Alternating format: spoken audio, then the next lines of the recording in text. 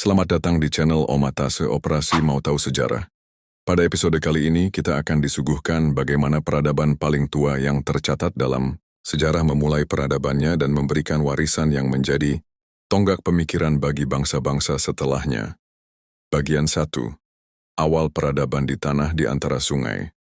Di sebuah lembah luas yang diselimuti panas terik dan terpaan angin kering, terbentang tanah subur yang dialiri dua sungai besar, Tigris dan Eufrat.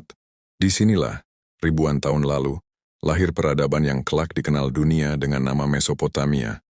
Artinya tanah di antara sungai. Mesopotamia sejak awal bukan wilayah yang ramah. Musim panas panjang membuat tanah retak, sementara banjir sering merusak rumah-rumah lumpur. Tetapi dari kesulitan itu lahirlah kecerdikan. Penduduk menggali kanal, membangun bendungan dan mengatur aliran air. Dengan kerja keras, lahan kering berubah menjadi ladang subur yang menopang ribuan jiwa, serta membuka jalan bagi pertumbuhan kota. Sekitar 4.000 tahun sebelum Masehi, manusia mulai meninggalkan hidup nomaden. Mereka mendirikan desa-desa, lalu berkembang menjadi kota-kota awal. Eridu kerap dianggap kota pertama di dunia. Disusul Ur, Uruk, dan Lagash. Kehidupan mulai teratur, dengan pemimpin, aturan, serta keyakinan bersama. Bangsa Sumeria, penghuni bagian selatan Mesopotamia, menjadi pelopor. Mereka membangun rumah dari bata lumpur, menanam gandum, jelai, dan kurma, serta mengelola irigasi dengan sistem rapi. Surplus panen memungkinkan pembagian kerja. Ada petani, pedagang, pengrajin, prajurit, hingga pendeta. Dari sinilah lahir struktur sosial pertama yang jelas dan bertahan lama. Di pusat kota berdiri zigurat, kuil bertingkat menjulang yang menjadi simbol spiritual dan politik. Bagi masyarakat, zigurat adalah tangga penghubung bumi dengan langit, tempat dewa-dewa turun menerima persembahan. Para pendeta menafsirkan tanda alam, memimpin ritual, dan menjaga hubungan spiritual rakyat dengan ilahi.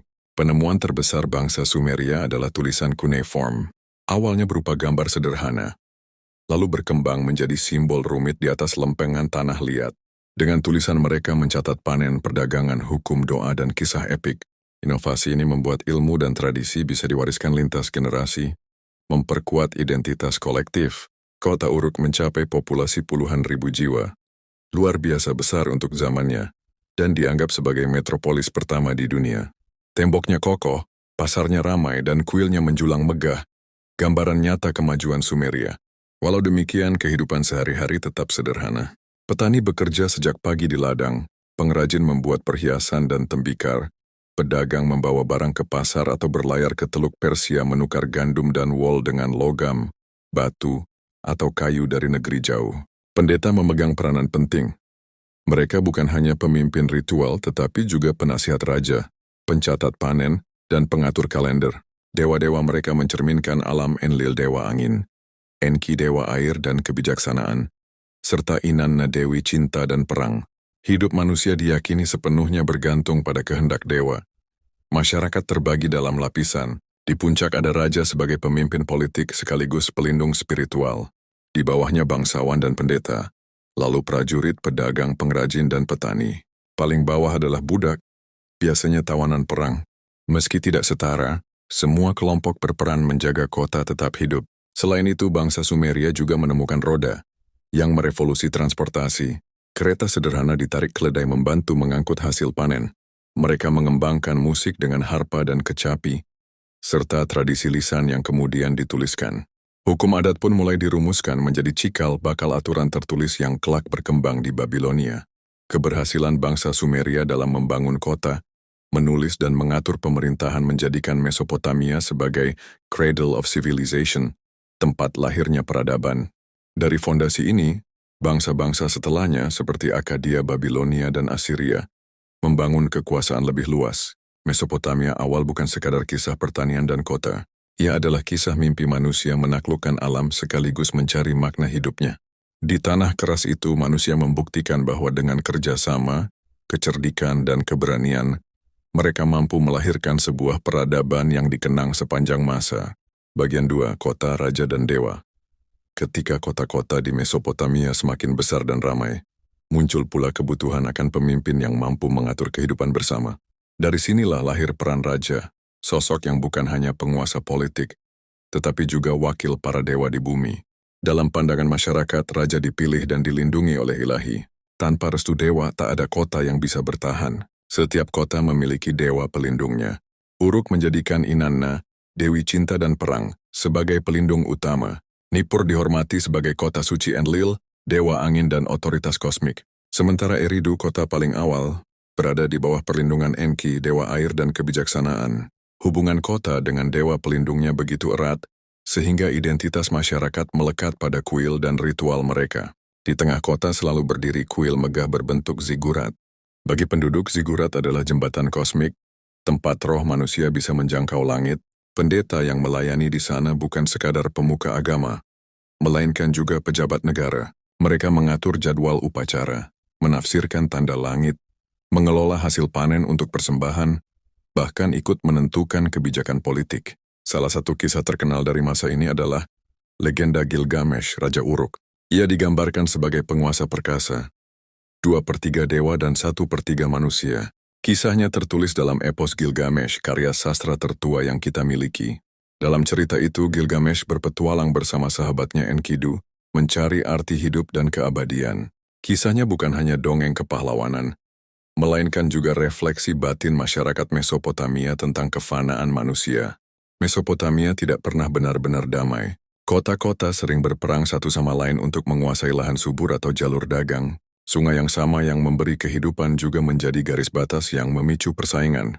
Tentara dengan tombak, panah, dan kereta perang sederhana dikerahkan untuk mempertahankan kehormatan kota. Peperangan ini mendorong lahirnya teknologi militer baru dan memperkuat kedudukan para raja sebagai panglima. Namun peperangan juga melahirkan kebutuhan akan hukum dan perjanjian. Catatan tanah, kontrak dagang hingga kesepakatan antar kota ditulis dalam cuneiform. Misalnya, ada dokumen perjanjian antara kota Lagash dan Umma yang menyelesaikan sengketa lahan melalui perantara dewa. Ini menunjukkan bahwa meski konflik sering terjadi, masyarakat Mesopotamia sudah memahami pentingnya aturan tertulis untuk menghindari kekacauan. Kehidupan ekonomi juga semakin beragam. Selain pertanian, masyarakat mulai mengembangkan kerajinan logam, tekstil dari wol, dan perdagangan jarak jauh. Pedagang Mesopotamia membawa hasil bumi ke Teluk Persia, menukarnya dengan tembaga dari Oman, kayu dari Lebanon, dan batu mulia dari India. Jaringan perdagangan ini menjadikan kota-kota kaya dan kosmopolitan. Pasar penuh dengan aroma gandum, kurma, bir, kain wol, dan perhiasan yang berkilau di bawah terik matahari. Sosial masyarakat terstruktur dengan ketat. Di atas segalanya adalah raja, kemudian bangsawan, pendeta, dan pejabat kota. Di lapisan menengah ada pedagang dan pengrajin, sedangkan petani menjadi mayoritas penduduk. Budak, biasanya tawanan perang, berada di posisi paling rendah. Namun mereka tetap memiliki peran penting dalam produksi pangan dan pembangunan kota. Di balik hierarki itu, kepercayaan religius menembus semua aspek kehidupan. Setiap keputusan, dari pernikahan hingga perang, selalu didahului oleh ritual. Mereka percaya dewa-dewa hadir dalam setiap fenomena alam. Badai, gempa, atau gerhana, tak ada kejadian yang dianggap kebetulan. Bahkan mimpi pun ditafsirkan sebagai pesan dari langit. Para pendeta ahli ramalan sibuk meneliti tanda-tanda di langit malam, pergerakan bintang, dan bentuk hati hewan kurban. Kebudayaan Mesopotamia juga mencerminkan hubungan erat antara manusia dan dewa. Seni patung menggambarkan raja dan dewa dengan detail halus, menunjukkan otoritas sekaligus kemuliaan spiritual. Musik, nyanyian, dan doa dipakai untuk menenangkan hati dewa, sekaligus mempererat persatuan kota. Perayaan keagamaan menjadi momen penting di mana seluruh penduduk berkumpul, meneguhkan identitas kolektif mereka sebagai umat yang dilindungi oleh kuasa ilahi. Mesopotamia adalah tempat di mana untuk pertama kalinya, manusia belajar hidup dalam organisasi politik dan spiritual yang kompleks. Mereka menciptakan kota sebagai pusat kekuasaan, hukum, perdagangan, dan ibadah. Raja menjadi simbol kesatuan, tetapi dewa-dewa tetap dianggap penguasa tertinggi. Semua ini membuat peradaban Mesopotamia lebih dari sekadar kumpulan kota. Ia adalah laboratorium awal peradaban manusia, tempat lahirnya kepemimpinan, hukum, sastra, seni, dan kepercayaan yang akan menginspirasi bangsa-bangsa setelahnya. Dari Gilgamesh hingga para raja lain yang namanya tercatat di lempengan tanah liat, semua menjadi saksi bahwa Mesopotamia adalah titik awal manusia menemukan jati dirinya sebagai makhluk sosial dan spiritual. Bagian 3, Kekaisaran Akkadia dan Babilonia. Setelah berabad-abad kota-kota Sumeria saling bersaing, muncul seorang tokoh yang mengubah wajah Mesopotamia, Sargon dari Akkad. Sekitar 2334 tahun sebelum Masehi, ia berhasil menaklukkan banyak kota Sumeria dan mendirikan Kekaisaran Akkadia, yang sering dianggap sebagai kekaisaran pertama dalam sejarah manusia. Sargon bukan bangsawan tinggi. Menurut legenda, ia lahir dari seorang perempuan sederhana dan dibuang ke sungai dalam sebuah keranjang buluh, lalu ditemukan dan dibesarkan hingga kelak menjadi penguasa. Kisah ini membuatnya dipandang sebagai raja pilihan dewa, seorang pemimpin yang bangkit dari bawah. Dengan kepiawaian militer, ia menaklukkan wilayah luas dari Teluk Persia hingga pesisir Laut Mediterania. Di bawah pemerintahannya, kota Akkad menjadi pusat kekuasaan baru. Sargon menempatkan pejabat setia di kota-kota taklukan, mengatur pajak, dan memelihara pasukan permanen. Untuk pertama kalinya dalam sejarah, sebuah pemerintahan pusat mampu mengendalikan wilayah seluas ribuan kilometer. Walau kekaisaran ini tidak bertahan lama, sekitar 2 abad, ia meninggalkan warisan penting, gagasan tentang negara yang bisa menguasai banyak bangsa di bawah satu penguasa. Namun setelah Sargon dan keturunannya wafat, kekaisaran itu goyah. Bangsa asing dari utara, suku-suku pengembara, serta pemberontakan lokal melemahkan Akkadia. Akhirnya kekuasaan mereka runtuh dan kota-kota Sumeria kembali merebut otonomi. Meski begitu, ide tentang persatuan tetap hidup dan kelak mengilhami lahirnya kerajaan baru. Salah satu yang bangkit dari reruntuhan Akkadia adalah Babilonia. Kota ini berada di tepi sungai Eufrat, dan di bawah kepemimpinan Hammurabi pada abad ke-18 sebelum Masehi, Babilonia menjelma menjadi kekuatan dominan. Hammurabi dikenal bukan hanya sebagai penakluk, tetapi juga sebagai pembuat hukum. Ia memerintahkan penyusunan kitab hukum Hammurabi, yang diukir pada batu besar agar dapat dibaca rakyatnya. Hukum Hammurabi sangat terkenal dengan prinsip mata ganti mata, gigi ganti gigi. Meski tampak keras, hukum ini sebenarnya berusaha menetapkan keadilan yang konsisten. Tidak semua orang dihukum sama. Status sosial masih berpengaruh. Tetapi untuk pertama kalinya, aturan hukum ditulis jelas sehingga tidak hanya bergantung pada kehendak raja atau pendeta. Kitab ini mencakup perdagangan, pernikahan, warisan, hingga tanggung jawab dalam kasus kecelakaan kerja. Selain hukum, Babilonia juga unggul dalam ilmu pengetahuan. Para ahli mereka mengamati bintang-bintang, mencatat gerhana dan menghubungkan fenomena langit dengan peristiwa di bumi. Dari sinilah lahir dasar ilmu astronomi. Mereka juga mengembangkan sistem matematika berbasis angka 60, yang membuat kita mengenal pembagian waktu menjadi 60 detik dalam 1 menit dan 60 menit dalam 1 jam. Babilonia juga terkenal dengan sastra dan mitologi. Salah satu karya paling berpengaruh adalah Enuma Elish, mitos penciptaan dunia yang menggambarkan pertarungan Dewa Marduk melawan Tiamat, sang naga kekacauan.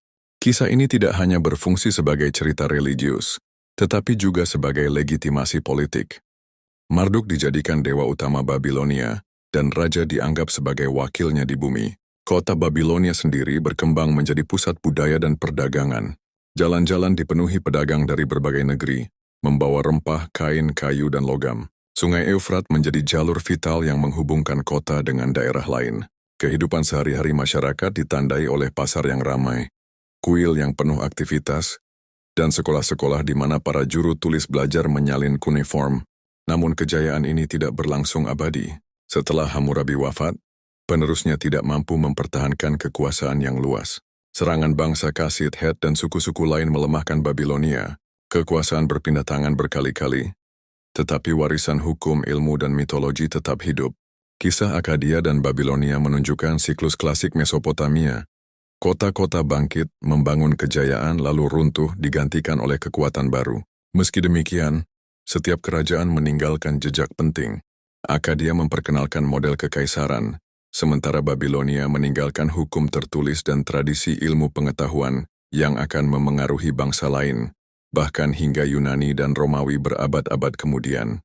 Dengan demikian, Mesopotamia bukan hanya kumpulan kota, melainkan panggung besar tempat manusia pertama kali bereksperimen dengan gagasan kekuasaan luas, hukum universal, dan ilmu pengetahuan yang sistematis. Dari Sargon hingga Hammurabi, dari keruntuhan Akkadia hingga kebangkitan Babilonia, semua menjadi fondasi yang membentuk sejarah dunia. Bagian 4, kejayaan, keruntuhan, dan warisan abadi. Setelah masa keemasan Babilonia, panggung sejarah Mesopotamia tidak berhenti bergerak. Wilayah subur di antara Tigris dan Eufrat ini selalu menarik bangsa-bangsa kuat dari luar. Dari selatan, timur, maupun barat, Datang gelombang penakluk yang ingin menguasai pusat perdagangan dan pertanian yang makmur itu. Bangsa Assyria muncul sebagai kekuatan berikutnya. Bermula dari kota kecil Asyur, mereka berkembang menjadi kerajaan militer yang tangguh. Dengan pasukan berkuda, kereta perang cepat, dan senjata besi, Assyria menaklukkan kota-kota tetangga dan memperluas wilayah hingga ke Suriah, Palestina, bahkan Mesir. Pada abad ke-9 hingga ke-7, sebelum Masehi, Assyria dikenal sebagai kerajaan paling menakutkan di dunia kuno. Raja-raja Assyria seperti Tiglath-Pileser III dan Asyurbanipal memimpin dengan tangan besi.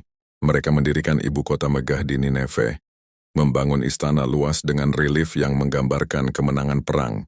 Namun, kejayaan itu dibangun di atas ketakutan. Kisah tentang kebengisan Assyria menyebar luas. Kota yang menolak tunduk dihancurkan, penduduknya diasingkan, dan tawanan dijadikan budak. Strategi teror ini membuat mereka ditakuti, tetapi juga menimbulkan kebencian yang kelak berbalik menghancurkan mereka. Meskipun terkenal kejam, Assyria juga meninggalkan warisan budaya penting. Raja Asyurbanipal mendirikan salah satu perpustakaan terbesar di Nineveh, mengumpulkan ribuan lempengan tanah liat berisi catatan sejarah, hukum, mitologi, dan ilmu pengetahuan. Berkat koleksi inilah, banyak teks Sumeria dan Babilonia yang bisa kita pelajari sekarang. Ironisnya, perpustakaan itu selamat meski kerajaannya runtuh. Seakan sejarah ingin memastikan suara Mesopotamia tetap terdengar. Keruntuhan Assyria terjadi ketika koalisi bangsa Media dari Iran dan Babilonia baru bangkit melawan mereka. Pada tahun 612 sebelum Masehi, Nineveh dihancurkan. Dari puing itu, muncul kembali kejayaan Babilonia di bawah dinasti baru. Babilonia baru mencapai puncak di bawah Raja Nebukadnezar II. Ia terkenal karena proyek-proyek pembangunan yang ambisius. Memperluas tembok kota, membangun gerbang megah seperti gerbang Ishtar, dan memperindah kuil Marduk. Legenda paling terkenal adalah Taman Gantung Babilonia, salah satu dari 7 keajaiban dunia kuno. Meski hingga kini masih diperdebatkan apakah benar-benar ada, di masa Nebukadnezar Babilonia menjadi pusat budaya, ilmu pengetahuan dan agama. Kota ini disebut-sebut sebagai yang terindah di dunia kuno, dengan jalan raya luas, pasar berwarna-warni, dan kuil yang dipenuhi patung dewa. Namun di balik kemegahan itu, politik Babel tetap rapuh. Intrik internal dan tekanan dari luar terus mengintai. Akhirnya pada tahun 539, sebelum Masehi, Babilonia jatuh ke tangan Koresh Agung dari Persia. Dengan itu Mesopotamia memasuki babak baru di bawah kekaisaran Persia Achaemenid. Meski dikuasai bangsa asing, warisan peradaban Sumeria, Akkadia, Assyria, dan Babilonia tidak hilang. Justru ia menyatu dengan kebudayaan Persia, lalu diteruskan kepada Yunani, Romawi, hingga dunia modern. Warisan Mesopotamia sangat luas. Dari segi tulisan, mereka mewariskan cuneiform, sistem penulisan tertua yang menjadi dasar administrasi dan literasi. Dari segi hukum, mereka meninggalkan prinsip keadilan tertulis melalui kitab Hammurabi. Dari segi ilmu pengetahuan, mereka merumuskan astronomi, kalender, dan sistem angka yang masih kita gunakan. Dari segi agama dan mitologi, mereka mewariskan kisah-kisah penciptaan, banjir besar, dan kepahlawanan yang memengaruhi tradisi keagamaan di kemudian hari. Lebih dari itu, Mesopotamia meninggalkan teladan bahwa peradaban lahir dari keberanian menghadapi tantangan alam. Di tanah yang kering, dengan banjir yang tak menentu, manusia belajar bekerja sama, menata kota, membangun hukum, dan menciptakan seni. Mereka membuktikan bahwa manusia bukan hanya makhluk yang bertahan hidup, tetapi juga pencipta makna. Maka Mesopotamia bukan sekadar catatan sejarah. Ia adalah kisah tentang asal mula kita semua, tentang bagaimana manusia pertama kali mendirikan kota, menulis hukum, membangun kerajaan, lalu jatuh dan bangkit lagi. Meski kerajaan-kerajaan mereka telah runtuh ribuan tahun lalu, warisan Mesopotamia tetap hidup dalam setiap jam yang kita hitung, setiap hukum yang kita tegakkan, dan setiap kota yang kita bangun. Terima kasih sudah menyimak video ini. Semoga Anda menyukai konten seperti ini. Jika Anda suka dengan konten seperti ini, silahkan menekan tombol like dan subscribe. Kalau ada unek-unek yang ingin disampaikan, silahkan tuliskan pada kolom komentar. Sampai jumpa lagi di video yang akan datang.